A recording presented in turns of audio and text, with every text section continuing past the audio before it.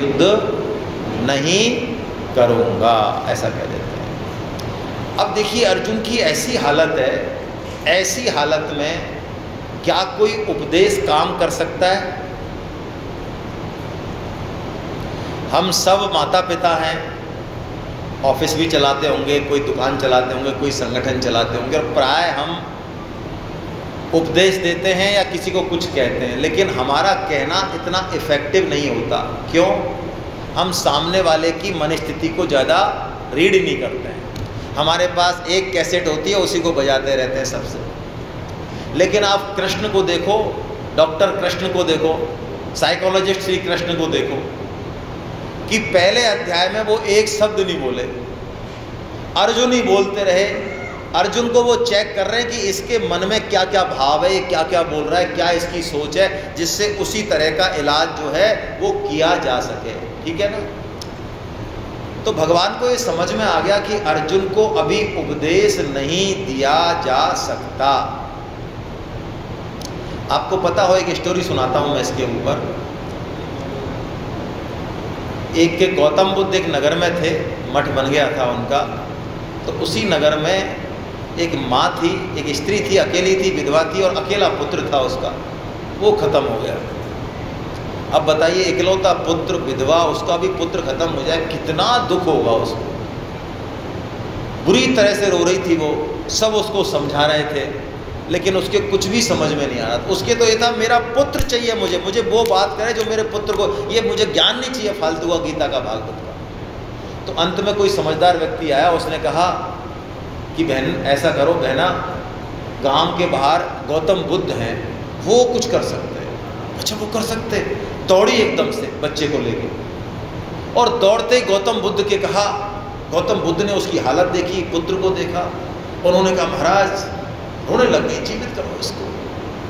गौतम बुद्ध ने ये नहीं कहा कि जो मर जाता है एक बार वो दोबारा जीवित नहीं होता, ये तेरे को बेसिक फंडा नहीं पता क्या? ऐसा नहीं कहा। कोई सांख्य योग का उपदेश नहीं किया जो यहाँ पे लिखा हुआ है सांख्य योग। गौतम बुद्ध ने सीधा से कहा कि हाँ ये जीवित हो सकता है, हो सकता है।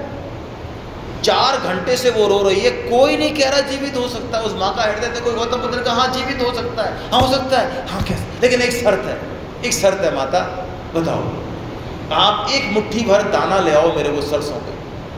दौड़ी एकदम से, दौड़ते दौड़ते बुद्ध ने कहा वहाँ से लाना जहाँ पर कोई मृत्यु नहीं हुई हो जिस परिवार से। हाँ ठीक है, ठीक है। आवेश में है ना, पुत्र का दोबारा सुन रही है तो दिमाग काम नहीं कर रहा, बस एक थोड़ी लगी हुई है। अब घर घर जा रही है, घर घर जा रही है, एक मुट्ठी दाना, हाँ ले जाओ भाई, एक मुट्ठी दाना सरसों का, क्या है।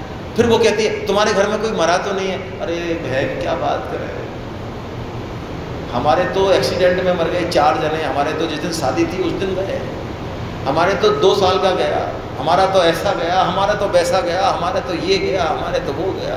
ऐसा दुख उस समाज में लोगों के पास कि उसे एकदम से जब वो आई बुद्ध के चरणों में गिर पड़ी, जो बुद्ध जो कहना चाहते थे वो समझ गई। यही काम कृष्ण कर रहे हैं यहाँ। अर्जुन अभी कोई सांख्य योग सुनने की पोजीशन में, इसलिए सांख्य योग शुरू होगा बाद में, पहले अर्जुन का ट्रीटमेंट हो रहा है। जैसे पागल खाने में पागल जाते हैं ना, और यदि पागल की डिग्री थोड़ी ज़्यादा वाली है, ज़्यादा मतलब पूरा पागल है, और आधे पागल भी खतरनाक होते हैं और पूरे पागल भी खतरनाक। कई पागल ऐसे होते हैं अर्ध पागल, वो पागलों के से करते हैं लेकिन उनमें बुद्धि बहुत तगड़ी होती है। आपको मैं एक किस्सा सुना दूं यदि आप अलाउ करो तो। हमारे गांव का है, हिंडौन सिटी का। तो एक पागल था, अर्ध पागल, और वो बहुत परेशान था, वो डॉक्टर का इलाज नहीं कराया। तो एक दिन उसको समझा बुझा के, बरसों हो गए, परेशान हो गए, ऊट पटांग हरकत करने लग गया। तो एक दिन उसके पिताश्री जो है उसको समझा बुझा के प्रेम से, और जनता कॉलोनी में जो हॉस्पिटल है यहाँ ले आए और डॉक्टर के यहाँ अपॉइंटमेंट भेज दिया। डॉक्टर ने कह दिया बैठो भाई, आते हैं, है ना, नंबर आएगा अभी आधे घंटे जो भी है, बैठे आराम से। उन्होंने कहा चलो आराम से। अब इतने में वो पागल जो है, वो बेटा उनका, वो उठा बाथरूम के बहाने से और वो अंदर घुस गया। डॉक्टर के आप और हम घुसे तो कौन जाने दे, वहाँ बाहर खड़ा है, नंबर बताओ, पागलों कौन रोके, फिर घुस गया वो। और डॉक्टर साहब से ये कह रहा है कि महाराज देखो बाहर हमारे पिताजी बैठे हैं और ये पागल है, और जब ये अंदर आएंगे तो ये मेरे को पागल बताएंगे। आपको विश्वास नहीं करना। और यही हुआ जब पिताजी अंदर लेके, पिताजी ने कहा साहब हाँ नहीं ठीक है आप, अरे मेरा नहीं साहब इसका, अरे ठीक है आप, और आखिर में पिताजी को बर्थडे और वो भाई साहब बस में बैठ के और ये जा और वो जा घर पहुंच गया, वो गांव पहुंच गया। वो तो उससे पूछा लोगों ने, हमारा सच्ची घटना बता रहा हूँ आपको, तब उसके भाई भगे, तब पिताजी को डॉक्टर ने कहा कि साहब आप कैसे आदमी हो, आपको भी नहीं पता। पिताजी को धर लिया आपने, अरे वो तो भैया ये मोह जो है ना, ये पागलपन है। ये अर्जुन को इस समय कुछ भी समझ नहीं आ रहा है, तो भगवान उसको क्या कर रहे हैं, इलेक्ट्रिक शॉक दे रहे हैं। ये इलेक्ट्रिक शॉक है। ये 2 श्लोक जो है, ये विवेकानंद जी ने गीता में से 2 श्लोक छांटे जब वो पूरे भारत में घूमे, तो उन्होंने कहा था कि भारत की आत्मा मरी पड़ी है, सनातन धर्म मरा पड़ा है, हम बड़ी बड़ी बातें करना छोड़ें। इन 2 श्लोक से उन्होंने हमारी आत्मा को जगाने का प्रयास किया कि छोड़ दो सब ये पूजा पाठ धर्म कर्म छोड़ो, लगाओ देश सेवा में। जैसे कि हमारे चंपालाल जी कहते हैं कि गाय की सेवा बहुत जरूरी है भाई। ये संत कहते हैं कि गाय का रक्त यदि बहेगा तो हम ये इस तरह की परिस्थितियां जो भोग रहे हैं ये भोगेंगे। खड़ा होना पड़ेगा। उन्होंने भी यही कहा, कुतस्त्वा कश्मलमिदं विस्मय समुपस्थितम अनार्य दुष्टम अस्वर्गम कीर्ति कर्म अर्जुना। और दूसरा श्लोक तो और भी शौक दिया तगड़ा वाला, क्लेब्यम मास्मगम पार्थ नैतत्त्वय्युपपद्यते क्षुद्रम हृदय दौर्बल्यम त्यक्तोत्तिष्ठ परन्तप। भगवान ने अर्जुन को क्लेब्यम माँ इसमें गम पार्थ नपुंसक कह दिया। छोड़ इस नपुंसकता को और खड़ा हो और युद्ध कर। वाह क्या बात है। अब अर्जुन ने कम से कम 30 श्लोक बोले, इतना अच्छे से कृष्ण को समझाया कि युद्ध करना बहुत गलत है, पाप है। तब भी कृष्ण की समझ में कुछ भी, और अर्जुन युद्ध नहीं करना, उन्होंने इतने लॉजिक क्यों दिए जिससे कि मुझे युद्ध नहीं करना। लेकिन कृष्ण ने एक नहीं सुनी और अर्जुन को कह दिया नपुंसक और ऑर्डर दे दिया कि तू युद्ध कर। बताओ, अर्जुन को नपुंसक कहना सबसे बड़ी गाली है अर्जुन के लिए। अर्जुन की ये प्रतिज्ञा थी कि कोई यदि मुझे नपुंसक कह देगा और मेरे गांडीव को नपुंसक कह देगा तो उसके प्राण बचेंगे नहीं, वो खत्म होगा अगले सेकंड में। और आप महाभारत यदि पढ़ें तो युधिष्ठिर ने अर्जुन के गांडीव को एक बार नपुंसक कह दिया था युद्ध के दौरान, क्योंकि युधिष्ठिर उस दिन बहुत घायल हो गए और अर्जुन जब मिलने आए, अर्जुन चले गए त्रिगर्त सुशेख शर्मा को करने युद्ध। वो समझ रहे थे कि इन्होंने यहाँ युद्ध किया, वो वहाँ से आए तो वो खिंच पड़े, धिक्कार है तेरे गांडीव पर यार, है ना, मैं तो समझ रहा तू विजय करके आ रहा होगा, धिक्कार है ऐसे। तो तलवार निकाल ली अर्जुन ने, युधिष्ठिर को मारने के लिए तलवार निकाल ली अर्जुन ने। बोलो आप, जो कभी उनकी बात का जिंदगी में उल्लंघन नहीं किया, तलवार निकाल के मारने के लिए उद्यत हो गए। कृष्ण ने बीच बचाव किया, उन्होंने कहा केशव मैं छोड़ूंगा नहीं, मेरे गांडी को गाली दे दी इन्होंने। तो कृष्ण है। कृष्ण का तुम्हारी प्रतिज्ञा क्या है भाई? कि मेरी प्रतिज्ञा ये है कि जो कोई गाली देगा मैं उसका मर्डर कर दूंगा, उसकी हत्या कर दूंगा। तो हाँ, हत्या कर दो युधिष्ठिर की, मैं बताता हूँ तरीका। इनको तुम भी कुछ अपमानजनक शब्द बोल दो, क्योंकि तुमने जिंदगी में कभी अपने बड़े भाई का उल्लंघन नहीं किया है, और अपने से बड़े भाई का या पिता बराबर होता है उसके प्रति अपमान बोलना, गाली बना, उसकी हत्या करना, उससे बड़ी हत्या नहीं है। हो गया काम। भगवान कृष्ण ने वही नस पकड़ी अर्जुन की, उसको क्या कहा? देखो नपुंसक। बोलिए आप, कितना बिलबिलाया होगा अर्जुन।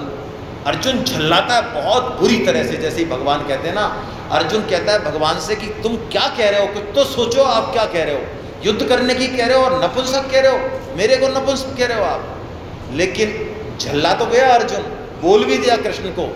लेकिन उसके बाद अर्जुन ने ये श्लोक बोला, और सज्जनों, ये श्लोक गीता का एंट्री गेट है। जैसे हम इस गौशाला में आए तो एंट्री गेट से आए, यदि गीता में प्रवेश करना है तो इस एंट्री गेट से होके निकलना पड़ेगा। यदि इस एंट्री गेट से कोई नहीं जाए तो पूरी गीता याद करने पर भी गीता में प्रवेश नहीं होगा उसका। ये एंट्री गेट आता है 4 बातों से जो अर्जुन में झलकी हैं, और यही 4 बात अर्जुन को अर्जुन बनाती हैं, और इन्हीं 4 बातों के कारण कृष्ण अब गीता कहेंगे। यदि ये 4 बात नहीं होंगी तो कृष्ण गीता नहीं कहते।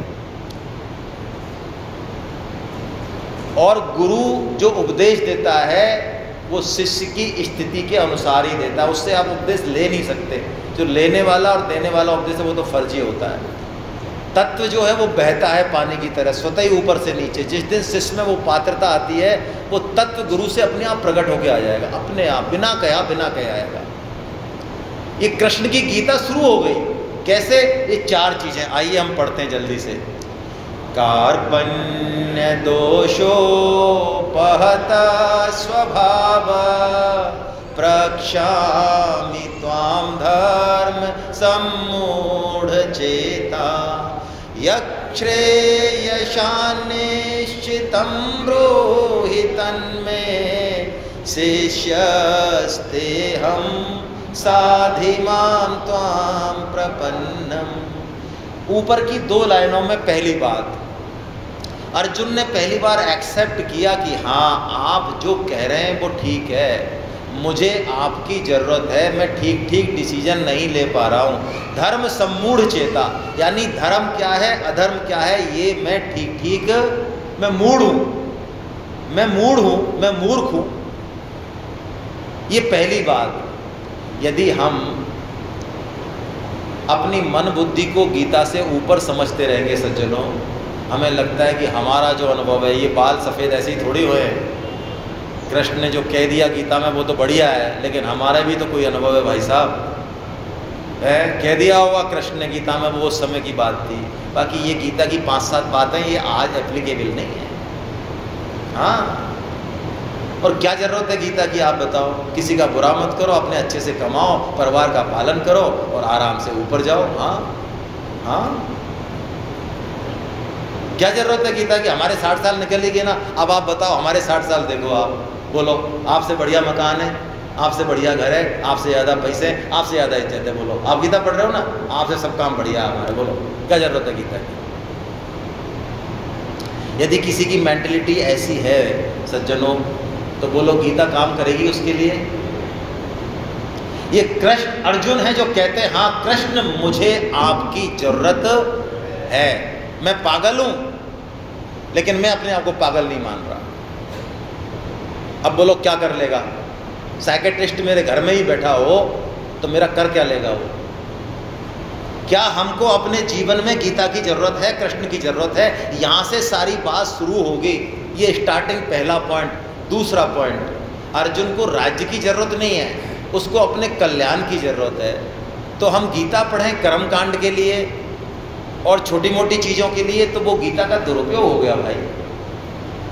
संसार तो स्वामी जी कहते हैं यदि ये बन रहा है तब भी बिगड़ ही रहा है, और बिगड़ रहा है तब भी बिगड़ ही, ये बनेगा नहीं। इसको कोई बना ही नहीं सकता, भगवान ने बिगड़ने वाला ही बनाया है। सब काम संसार के हो जाएंगे स्वामी जी के अनुसार, सब काम और अच्छे से होंगे। हमको ये गलतफहमी होती है प्राय कि हमारे बिना ना तो बच्चों का ब्याह होगा, ना ये ऑफिस चलेगा सेक्रेटरीट का, और ना दुकान चलेगी। हाँ, हमको गलतफहमी है। लेकिन हम ये भूल जाते हैं कि हमारे बिना ये सब काम बहुत बढ़िया से होने वाले हैं। पहले फूफा जी हटे तो सही शादी में से, ये सारे कलेश की जड़ तो ये फूफा जी हैं। हाँ, ये फूफा जी जो बैठे ना, ये फूफा जी हटे तो काम बढ़िया हो, उल्टा करके देखें। ये डिपार्टमेंट पहले भी चल रहे थे और ये फूफा जी हट जाएंगे तो और अच्छे चलेंगे। हाँ, तो हमें इच्छा हो अपने कल्याण की, संसार की नहीं।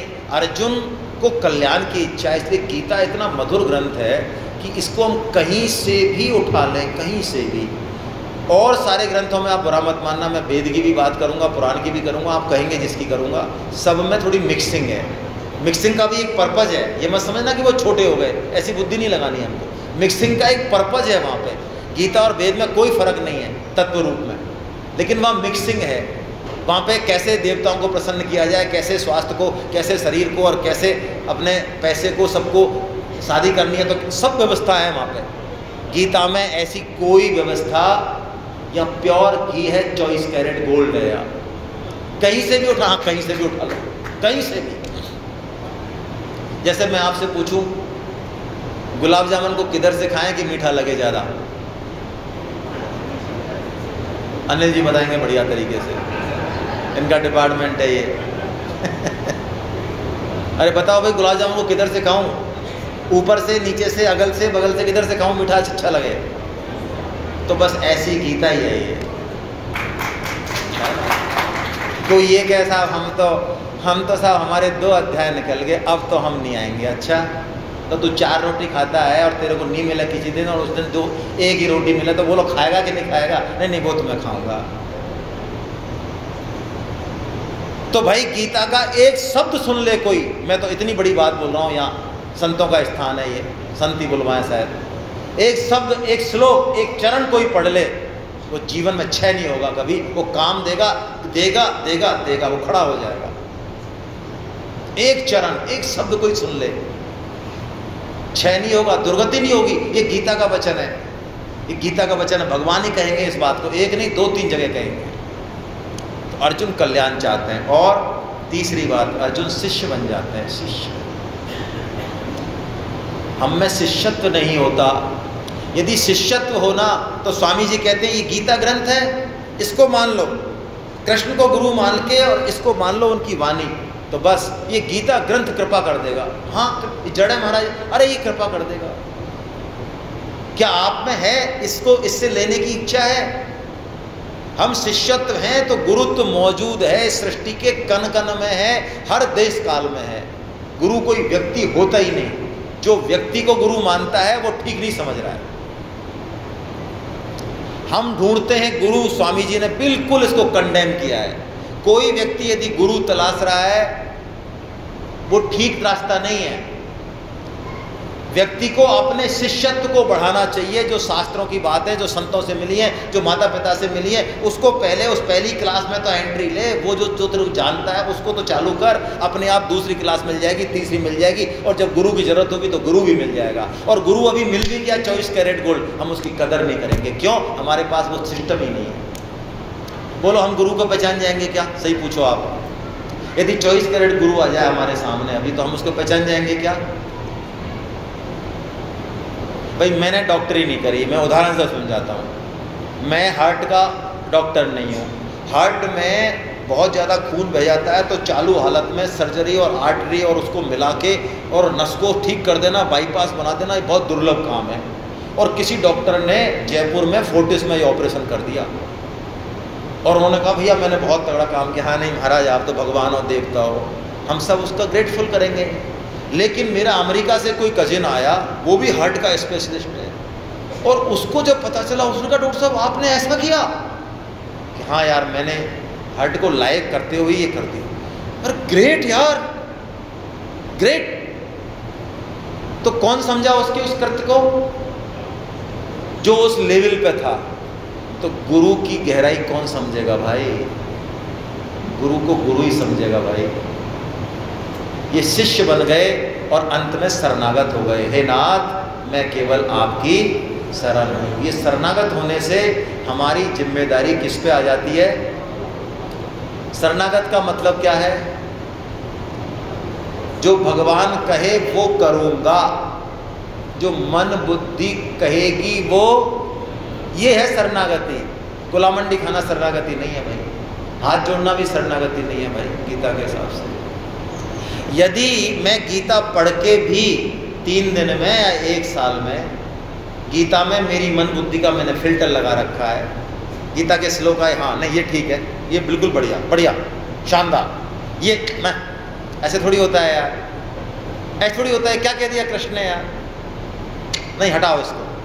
यदि मैंने मन बुद्धि का फिल्टर गीता पे लगाया और गीता से ऊपर अपनी मन बुद्धि को समझा, तो बोलिए मैंने गीता से लाभ ले लिया पूरा? नहीं दिया।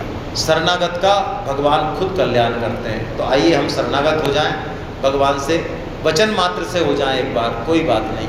हे नाथ, हे मेरे नाथ, मैं केवल आपका हूँ, आप कृपा करें, मैं आपके शरण हूँ। राम नारायण नारायण नारायण नारायण।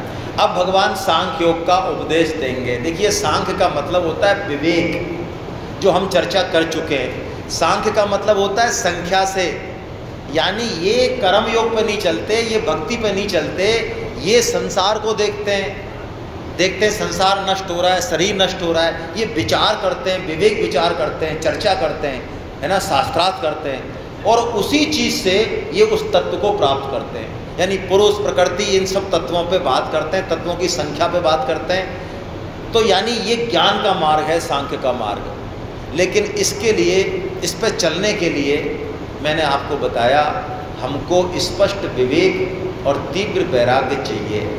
यदि ये दो चीज़ हमारे अंदर नहीं है तो फिर ज्ञान योग पर हम चल नहीं सकते।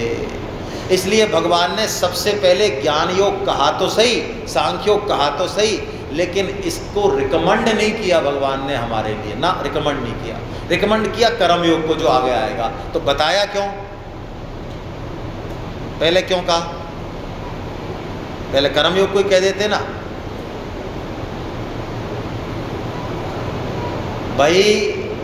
ज्ञान योग का मतलब है मेरे विवेक का सदुपयोग, मेरे अपने बारे में मेरी जानकारी, मेरा आइडेंटिटी कार्ड। जैसे मान लो मैं गौशाला में आ रहा हूँ और मेरे को देवराज जी ने लोकेशन नहीं भेजी, और मैं जो है आसपास ही कहीं भटक रहा हूँ, कहीं चौराहे, कहीं दूसरी गली में घुस गया। अब देवराज जी से पूछ रहा हूँ यार किधर है गौशाला, किधर है, किधर आऊँ? तो देवराज जी क्या पूछेंगे, अभी आप कहाँ हो? मैं कहूँ भाई साहब ये तो मेरे को पता नहीं है यार। अब बताओ देवराज जी मेरा क्या कर लेंगे? देवराज जी मेरा क्या कर लेंगे? क्योंकि मुझे तो यही नहीं पता है कि अब मैं बताऊं कि मैं यहाँ हूँ, तो देवराज जी कहेंगे तू सीधा चल, फिर राइट आ, फिर लेफ्ट आ, फिर ऐसे आ, फिर चढ़, फिर आ जाएगा। तो सबसे पहले तो हम सोचें अपने बारे में कि हम वास्तव में हैं कौन। अभी तक हमने जो भी आइडेंटिटी कार्ड बना रखा है, संतोष कुमार गुप्ता, हाँ बढ़िया है, बहुत अच्छी बात है। सुपरिटेंडिंग, अरे और भी बहुत अच्छी बात है ये तो। अच्छा, जयपुर में मकान, अरे वाह साहब वाह। अच्छा, लॉकर भी, अरे वाह साहब वाह। अच्छा, किसके पापा जी हो? उसके। अच्छा, किसके पति हो? उसके। कौन सी जाति है? ये जाति। तो ये सारे जो मेरे आइडेंटिटी कार्ड हैं, ये संसार के लिए तो ठीक है, व्यवहार के लिए तो, लेकिन ये सब फर्जी आइडेंटिटी है। ये कल नहीं थी और कल भी नहीं रहेगी। जब ये आइडेंटिटी नहीं थी तब भी मैं अपने आप को कोई और मान रहा था। चैतन्य महाप्रभु के जीवन का एक चरित्र है। चैतन्य महाप्रभु जो कि कृष्ण के राधा अवतार हैं और संकीर्तन की जिन्होंने महिमा गाई, तो रात को कीर्तन करते थे वो, दिन में करते थे, रात को भी करते थे। तो श्रीवास पंडित के घर पे कीर्तन कर रहे थे एक बार चैतन्य महाप्रभु, उद्दाम नृत्य कर रहे थे। वो जब कीर्तन करते थे तो और भावावेश में आ जाते थे तो सारे भगवान के अवतारों का साक्षात करते थे वो उस समय। उस कीर्तन में एंट्री नहीं थी आम जन की, बहुत विशेष भक्त, 8-7 भक्त, उन्हीं की एंट्री होती थी, सबके लिए नहीं था वो। जैसे नरसिंह का भाव आ गया तो साक्षात नरसिंह देव प्रकट होते थे, साक्षात वो चैतन्य महाप्रभु का वो। तो श्रीवास पंडित का जो बेटा था, हम गए उस जगह जहाँ कीर्तन हुआ, आप अभी भी है मायापुर में, आप जाएँ तो छोटे छोटे दरवाजे हैं वहाँ बिल्कुल। तो घर अंदर था, श्रीवास के घर पे कीर्तन होता। तो श्रीवास का इकलौता पुत्र था जो बीमार था 3 दिन से, और उनकी पत्नी अंदर थी। तो अंदर से उनको रोने की आवाज़ आई। श्रीवास पंडित गए एकदम से दौड़ के, तो देखा तो बेटा खत्म हो चुका था उनका, और पत्नी उसकी लाश के पास रो रही थी। आप सोचो श्रीवास कैसे भक्त रहे होंगे। उन्होंने ये जानकारी नहीं ली कि कब खत्म हुआ या हुआ कि नहीं हुआ। उन्होंने अपनी पत्नी से कहा कि खबरदार, तुम्हारे रोने की आवाज़ से यदि चैतन्य महाप्रभु के भाव दशा में विक्षेप हो गया तो तुम मेरा सुबह मुंह नहीं देखोगी, मैं गंगा में समाधि ले लूँगा। और वो समझ गई कि ये जो कहते हैं वो फर्जी तो कहते नहीं हमारी तरह। अब आप सोचो उस माँ ने कैसे अपनी रुलाई रोकी होगी।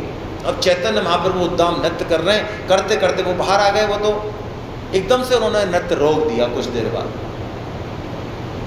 और पूछा श्रीवास पंडित से, श्रीवास कोई दुख है क्या, कोई दुख है क्या? बांग्ला में पूछा, बांग्ला में जवाब दिया बहुत प्यारा। श्रीवास क्या कहते हैं, देखो भक्त देखो कैसा होता है। प्रभु मोरे कौन दुख, यार घरे से प्रसन्न तुम्हार श्री मुख। प्रभु मोरे कौन दुख। हे महाराज, हे प्रभु, जहाँ आप विराजमान हैं वहाँ क्या दुख एंट्री कर सकता है? यार घरे से प्रसन्न तुम्हार श्री मुख, वहाँ क्या दुख एंट्री कर सकता है? भक्तों ने चैतन्य महाप्रभु को कहा कि प्रभु इनका इकलौता बेटा खत्म हो गया। चैतन्य महाप्रभु अंदर गए एकदम से दौड़ के, उनको देखते ही माँ एकदम से फपक फपक के एकदम से वो रुलाई जो रोक रखी थी उसने एकदम से रोने लगी, फपकने लगी कि मेरा बेटा कल से बेहोश था, मुझसे बोल के भी नहीं गया। महाप्रभु कम से कम मेरी बात तो करा दो इससे। मैं जानती हूँ कोई आता नहीं वापस, लेकिन मेरे से बोल के तो जाता कम से कम। कल से ये बेहोश था, मेरे से बात नहीं की इसने। चैतन्य महाप्रभु जो कि साक्षात कृष्ण है, उन्होंने हाथ रखा और कहा वापस आओ, तुम्हारे माँ बाप तुमसे बात करना चाहते हैं। हरकत हुई एकदम से, हरकत हुई, चैतन्य हो गया। और उसने कहा प्रभु आप आज्ञा कीजिए, मेरे कौन से माँ बाप मुझसे बात करना चाहते हैं? क्या बोला? मेरे कौन से माँ बाप? आपको लगेगा ऐसे कैसे बोल रहा है? अरे भाई, अभी मुझे मेरे पुराने जन्म के शरीर के बारे में कुछ भी याद है क्या? मेरा उससे कोई आसक्ति है क्या? मैं जिस शरीर में था वो शरीर, उसके रिश्तेदार, उसकी पति पत्नी कहाँ सड़ रहे हैं, मर रहे हैं, जिंदे हैं, मर रहे हैं, मेरा कोई लेना देना है क्या? बस ये जीव जिस शरीर को अपना मान लेता है, अभी वही मानता है कि बस यही है मेरा स्वरूप, इसके अलावा और कुछ नहीं है। ऐसे वो जीव पूछ रहा है महाराज मेरे तो करोड़ों जन्म हो चुके, करोड़ों मेरे माता पिता हैं, आप आज्ञा कीजिए किस माता पिता से मुझे बात करनी है? चैतन्य महाप्रभु का ये तरीका था कि इस घटना से उन्होंने उस माता को और सबको ज्ञान दे दिया। और चैतन्य महाप्रभु से किसी ने कहा कि महाराज इनके यहाँ बहुत गरीबी है, तो भूखे रह जाते हैं। तो चैतन्य महाप्रभु कहते हैं आवेश में आ गए, एकदम क्रोध में आ गए कि लक्ष्मी भूखी रह सकती है, मेरी भार्या जो है लक्ष्मी, लेकिन श्रीवास पंडित के यहाँ कभी कोई कमी रह जाए ये संभव नहीं है। अरे इसके घर के कोई कुत्ता भी होगा, बिल्ली भी होगा, उसमें भी भक्ति सर्वत्र रहेगी, ऐसा आदेश दिया। ये पहला ज्ञान सांख्य का, हमें मान लें कि हम शरीर नहीं है। मान लें, जान तो हम नहीं पा रहे हैं अभी, हम शरीर नहीं है। कैसे मान लें महाराज? कि देखें भाई, हम बचपन में हम शरीर थे, छोटा सा शरीर था, वो बदल गया ना, लेकिन हम जान रहे हैं ना कि ये मेरा ही फोटो है, ये पहले मैं ऐसा था, अब मैं ऐसा हूँ, ये भी बदल रहा है ना। इसका मतलब जो बदल रहा है वो मैं नहीं हूँ। तो कौन हूँ फिर मैं? अरे जो बदलने का साक्षी है, जो देख रहा है बदलने को और फिर भी जो नहीं बदलता है, वो हूं मैं वो हूं। राजा जनक एक बार सपना आया, आक्रमण कर दिया सेना ने, दौड़े, पत्नियों को छोड़ गए, दौड़े भागे, 3 दिन तक भूखे प्यासे, एक जगह खिचड़ी बट रही थी, लग गए लाइन में, खिचड़ी 3 दिन के भूखे, पत्तल लेके पहुंचे तो खिचड़ी खत्म हो गई। ऐसा मुंह हो गया उनका, तो खिचड़ी देने वाले ने उस करछली से जो भगोने में बच जाती है ना, खुरचन बुरचन करके और उनको दे दी। प्रसन्न हो गए एकदम से, और एक झाड़ी के पीछे बैठ गए कि चलो अब मैं इसका जो है। इतने में एक चील आई, बाज आया और इस पत्तल के समेत खून आ गया उनके हाथ में, पूरी पत्तल को ले गए, चीख पड़े एकदम, इतना दर्द हुआ, चीखे तो देखा गार्ड आ गए चारों तरफ, बिस्तर से आ गए ना, राजा थे, देखा अरे गार्ड है, रानी आ रही है, तुम्हें तो सारा ऐश्वर्य महल है, कौन, मैं तो जनक हूं भाई। कुछ नहीं बोले, चुप हो गए एकदम। और पूछा क्या हुआ महाराज, क्या हुआ? रानियों ने पूछा, कुछ नहीं बोले। बोले यह सच कि वह सच, यह सच कि वह सच। क्या मतलब? अब क्या जवाब दे कोई उनको? यह सच बताएं, कुछ नहीं। दरबार आ गया, दरबार में भी यह सच कि वह सच, यह सच। अब कोई पंडित कोई कुछ नहीं बता पाया। आखिर में अष्टावक्र को बुलाया जो उनके गुरुदेव थे। अष्टावक्र के सामने भी उन्होंने यही कहा, गुरुदेव यह सच कि वह सच। अष्टावक्र ने कहा, राजन ना यह सच ना वह सच, ये दोनों का जो साक्षी है वह सच है, वही है। ये सांख्य योग है। हम अपना स्वरूप जाने, हम भगवान के अंश हैं, हम शरीर नहीं है। हाँ शरीर मिला, बिल्कुल मिला, बिल्कुल मिला, तो इसका सदुपयोग करना है। कैसे करें सदुपयोग? सदुपयोग का तरीका बताया। कैसे हम महसूस करें इस चीज़ को? सुन तो ली, अब महसूस कैसे करें? तो भगवान ने चाबी दी। ये चाबी साधक की लाठी है। जैसे बूढ़े आदमी की लाठी ले लो आप, हैं, बोलो क्या दशा हो उसकी, जो लाठी से चल रहा है उसकी लाठी छीन ले कोई, अब वो तो क्या हो गया उसके। तो स्वामी जी ने कहा ये श्लोक साधक की लाठी। कोई कहता है मैं तो साधक हूँ, मैं तो गीता पढ़ता हूँ, मैं तो परोपकार, तो ये लाठी है भाई। ये है क्या तेरे पास? क्या है ये लाठी? मात्रा स्पर्शास्तु कौन्तेय शीतोष्ण सुख दुःखदा आगमा पायेनो नित्या तांस्थिति चश्व भारता। भगवान ने एक ऐसा मंत्र दिया, नीचे की लाइन को मैं ले रहा हूँ, तितिक्षा का मंत्र है ये। तितिक्षा हमारे जीवन में होनी चाहिए। तितिक्षा ही लाठी है साधक की। तितिक्षा का मतलब क्या है? धर्मयुक्त, न्याययुक्त सुख और दुख को सहना। बहुत स्पष्ट शब्द से सुने, अन्याय अत्याचार को नहीं सहना। मैं बोल रहा हूं धर्मयुक्त, न्याययुक्त सुख और दुख को सहना। सुख को भी सहना, हाँ सुख को भी सहना। गीता के अनुसार जो सुख को सह जाएगा वही दुख को सह सकता है। जिसने सुख को नहीं सहन किया, ऊपर को खोपड़ी हो रही है, तो वो दुख को कभी सहन नहीं कर पाएगा। तो कैसे सहन करें? तो स्वामी जी कह रहे हैं ये मंत्र है, इसको छाप लेना चाहिए हृदय पे। आगमा पाइनो नित्या, आगमा पाइनो नित्या, आगमा पाइनो नित्या, आगमा पाइन। क्या मतलब? ये भी जाने वाला है। क्या सुख है? हाँ जाने वाला है। क्या दुख है? महाराज बहुत जाने वाला है। सुख के पीछे दुख, दुख के पीछे सुख, ये खड़ा ही है भाई। जो सुख और दुख को देख रहा है वो फंस गया। जो सुख है चाहे दुख के, लेकिन उसके ऊपर देख रहा है, आहा वो हो गया काम। फिर सुख दुख आएंगे, हाँ आएंगे, आएंगे, लेकिन हम अफेक्टेड हों या नहीं हो, उनका सदुपयोग करें कि दुरुपयोग करें, ये हमारे हाथ। सुख दुख तो आएंगे, प्रारब्ध से आएंगे, उन पर कोई कंट्रोल नहीं है। गीता ये नहीं कहती कि सुख दुख खत्म हो जाएंगे, ना ना ना ना, नेवर नेवर। कांटे तो हैं तो रहेंगे, और गीता चमड़े की जूती पहना देगी।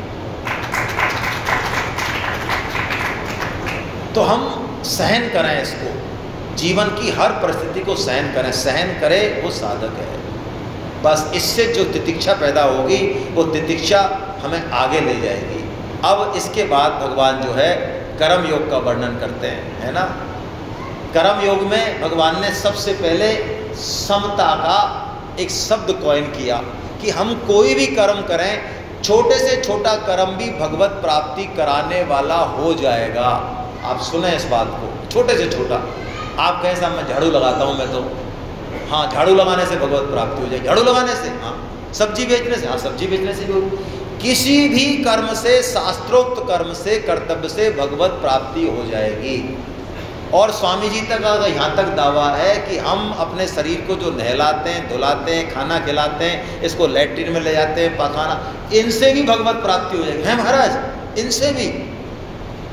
ये क्या टेक्निक है? हाँ ये टेक्निक है। तो सुन भाई, और बड़े से बड़ा यज्ञ करने पे भी पतन होगा। अब मैं दूसरी भाषा बोल रहा हूँ। बड़े से बड़ा यज्ञ, तप, दान और परोपकार करने पर भी पतन होगा। मैं आपसे पूछता हूँ, दक्ष ने एक यज्ञ किया और उस यज्ञ में शास्त्रों में आप पढ़ें, वो यज्ञ ऐसा है कि जैसा उसमें कहा कि ऐसा यज्ञ न भूतो न भविष्यति। उसमें सारे देवता, अभी हम यज्ञ करते हैं, अग्नि को आहुति देते हैं, ये इंद्रदेव को, ये इंद्र देवता वरुण देवता पहुंची नहीं पहुंची हमें पता नहीं है ना, विश्वास ही तो है। यक्ष के यहाँ पे सारे देवता लाइन लगा के बैठे थे, सारे देवता, किसके लिए? आहुति के लिए। वो था यक्ष का यज्ञ। ब्रह्मा जी बैठे, शिव जी बैठे, बोलो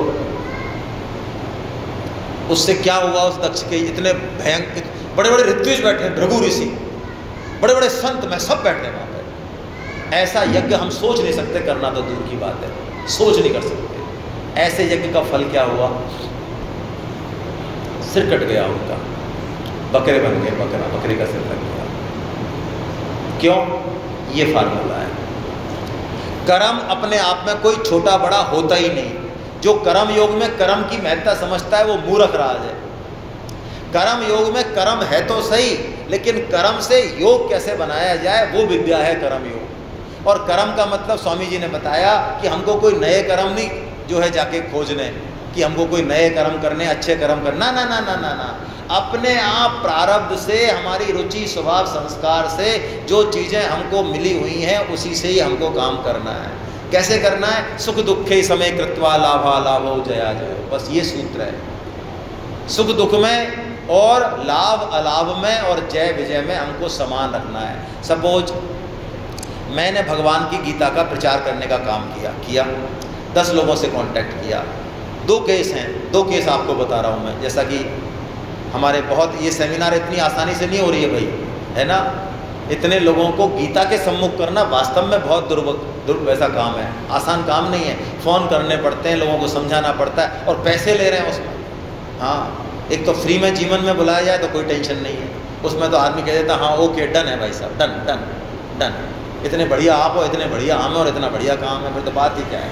हाँ, और पैसे लेते ही तो बस पैसा ले रहे हो, पैसा इतना घटिया मानते हैं हम पैसे को।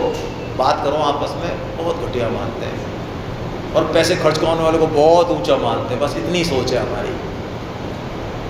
अरे भाई, पैसा लेके यदि कोई गीता में आने के चांसेस ज़्यादा हो रहे हैं तो वो पैसा बहुत बढ़िया लेना उससे। और जिस पैसे को खर्च करके ये चांसेस हो रहे हैं कि गीता नहीं जीवन हो रहा है, तो मैं कह रहा हूँ वो पैसा गया धूर में।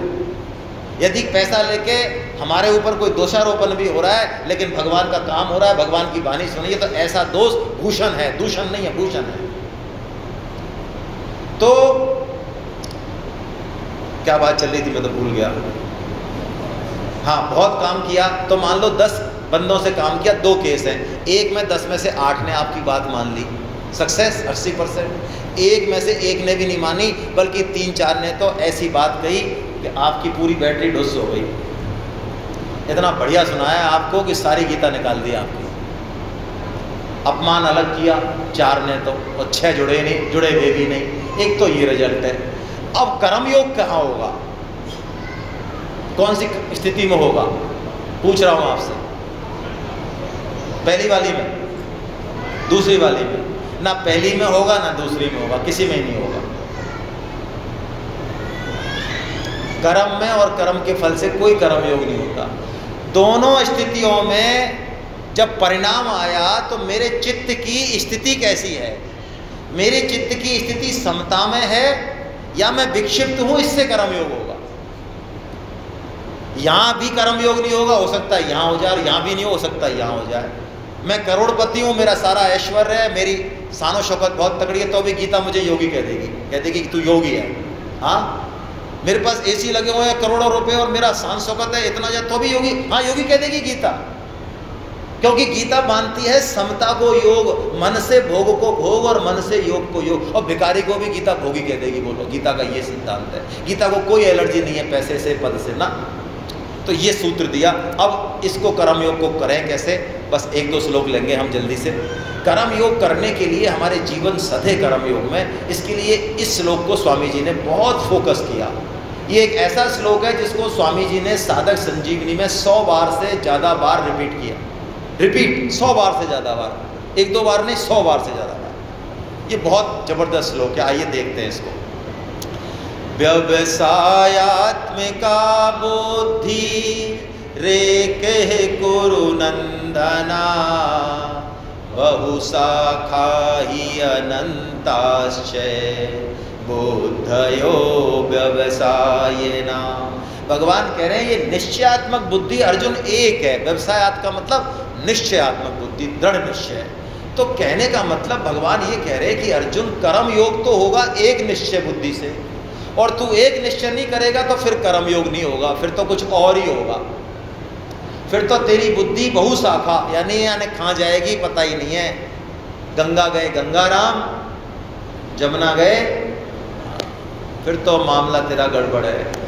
एक बुद्धि से काम हो जाएगा, हाँ एक बुद्धि से काम हो जाएगा। और एक बहुत सूक्ष्म बात मैं आपको निवेदन करूं, भगवान की प्राप्ति किसी भी कर्म से, यज्ञ से, तप से, वेद अध्ययन से, परोपकार से नहीं होगी, नहीं होगी, नहीं होगी।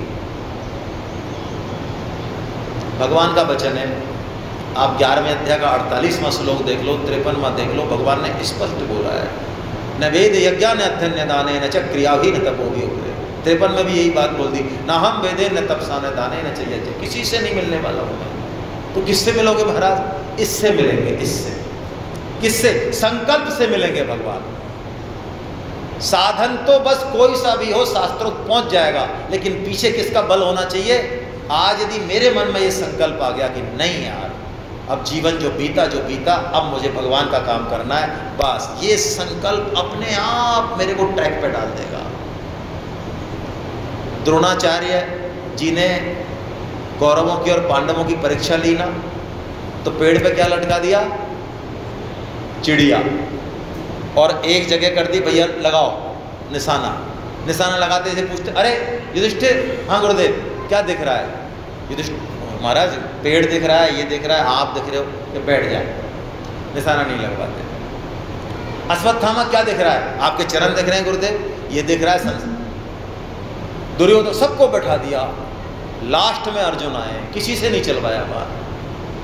अर्जुन जब लगाने लगा तो पूछा, अर्जुन क्या दिख रहा है? गुरुदेव चिड़िया दिख रही है। तो डांटा बुरी तरह से, चिड़िया दिख रही है, ठीक से देख।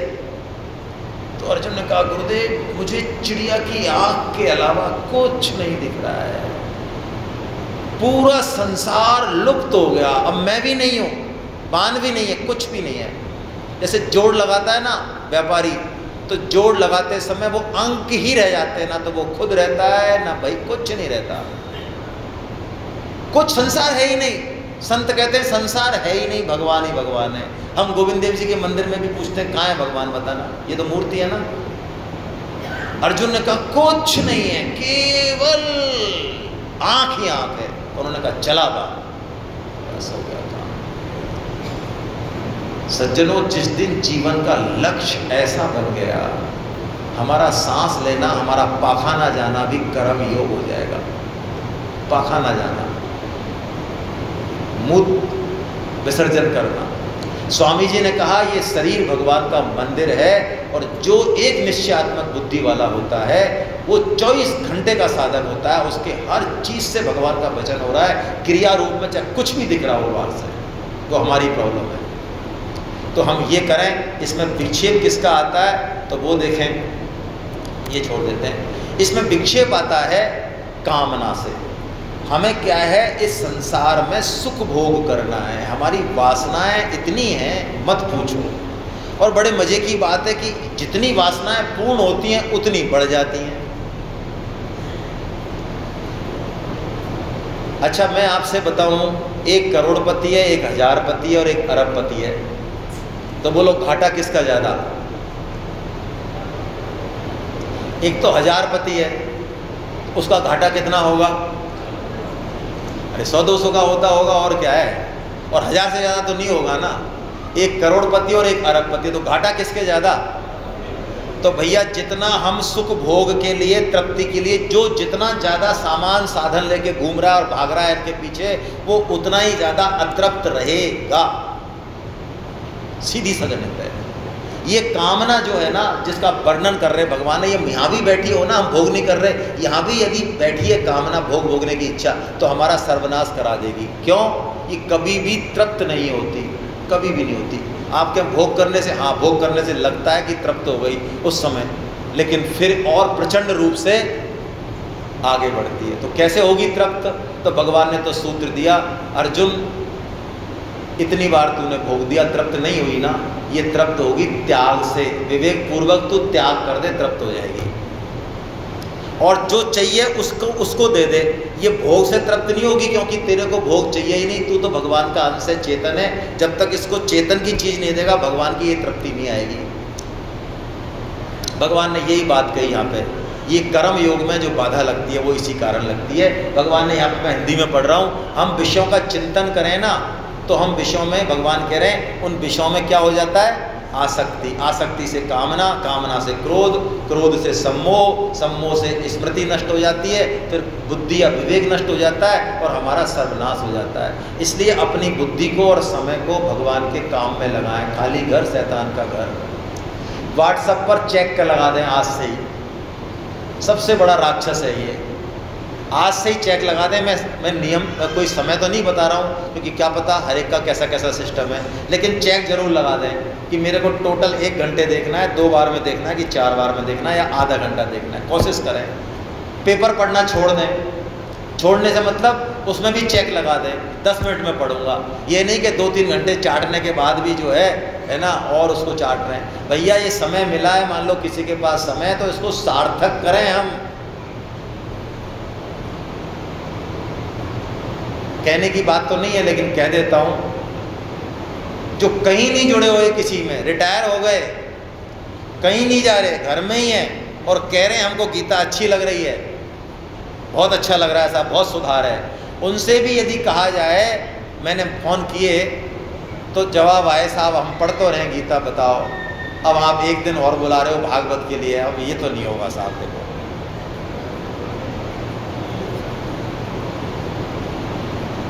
एक दिन और आ जाओ भाई, 1-1.5 घंटे के लिए और आ जाओ। करना क्या है? अरे दुकान में मेरा टारगेट है कि मेरे को 10,000 रुपये रोज कमाने, और पहला ही ग्राहक आ गया, वो मेरे को 15,000 रुपये का प्रॉफिट दे गया। अब मैं दुकान को बंद करके घर आ जाऊंगा ना? हाँ देखो